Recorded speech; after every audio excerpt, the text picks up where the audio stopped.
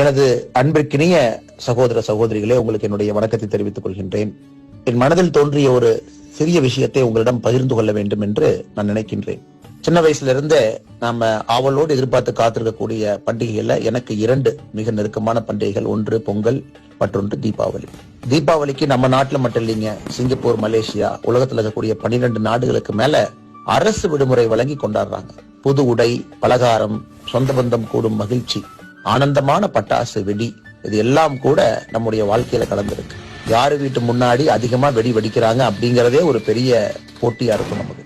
ஒரு காலத்துல ஆண்டுக்கு 6000 கோடி ரூபாய்க்கு மேல பட்டாசு வியாபாரம் நடக்கும். ஆனா கடந்த பல ஆண்டுகளாக நம்ம மக்கள் முன்ன மாதிரி பட்டாசு வெடிக்கிறது இல்லைங்க. சுற்றுச்சூழல் பாதிப்படையும் அப்படிங்கிற ஒரு கருத்து இருக்கு. அது சில இடத்துல ஓரா திணிக்கப்படக்கூடிய கருத்தா கூட இருக்கு. போன ஆண்டு நான் சொன்னேன், ஒரு நாள் வெடிச்சா அப்படி என்ன ஆயிரப்போகுதுன்னு. அமெரிக்காவோட per capita carbon dioxide எமிஷனை பாருங்க, 13.83 டன் பெர் இயர். அதிகமாக per capita carbon dioxide வெளியிடக்கூடிய நாடுகள் பட்டியல் அமெரிக்கா 16வது இடத்துல இருக்கு.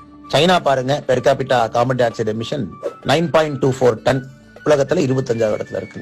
இந்தியாவோடது பாருங்க, நம்ம நாடு per capita carbon dioxide emission 2.07 ton per year, 125வது இடத்துல இருக்கும். ஆனா இதுல பட்டாசு வெடிக்கிறது ஒரு பிரச்சனையா நம்ம பேசுறோம். வருஷத்துக்கு ஒரு நாள் வெடிக்கிறது கூட. ஆனா உங்களுக்கு தெரியும், எனக்கு தெரியுங்க, நம்ம பட்டாசு வெடிச்சாதான் இங்க பல பேருக்கு அது ஒரு நல்ல வாழ்க்கையா இருக்கும்.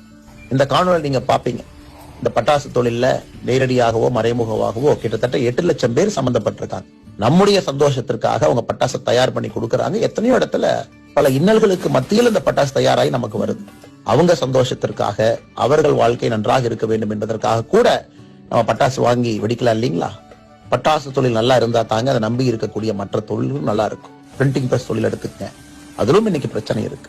தீபாவளி பண்டிகைக்கு நம்முடைய மாமா, மச்சான், அண்ணன், தம்பி, அக்கா, அண்ணன் எத்தனையோ பேர் ஒரு சின்ன கடையை போட்டு கடன் வாங்கி அதன் மூலமா கடன் அடைச்சிடலாம், இந்த பட்டாசு சீசன்ல அடைச்சிடலாம்னு ஏக்கத்தோடு இயங்கி இருக்கக்கூடிய லட்சக்கணக்கான சிறு வணிகர்களுடைய கனவு கூட இதன் மூலமாக நிறைவேறும்.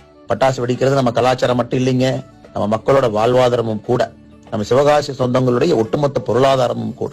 ஆனால் அன்போடு உங்க அன்பு தம்பி அண்ணாமலை உங்ககிட்ட கேட்டுக்கிறேன், பட்டாசு நிறைய வாங்கி வெடிங்க.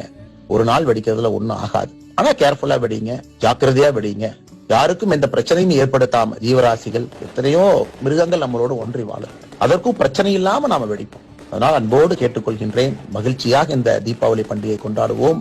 நல்ல ஒரு சிவகாசியில் இருக்கக்கூடிய எல்லா சொந்தங்களும் பயன்பெறும் அளவில் நம்முடைய கொண்டாட்டங்கள் இருக்கட்டும். மற்றும் ஒரு முறை இந்த அற்புதமான நேரத்துல உங்களுக்கு என்னுடைய இனிய தீபாவளி நல்வாழ்த்துக்களை தெரிவித்துக் கொள்கின்றேன். இந்த தீபாவளி அனைவருடைய வாழ்விலே ஒளி ஏற்றும் தீபாவளியாக அமைய வேண்டும். இவ்வளவு நேரம் பொறுமையா என்னுடைய பேச்சை கேட்டதற்காக உங்களுக்கு பணிந்து என்னுடைய வணக்கத்தை தெரிவித்துக் கொள்கின்றேன். நன்றி, வணக்கம்.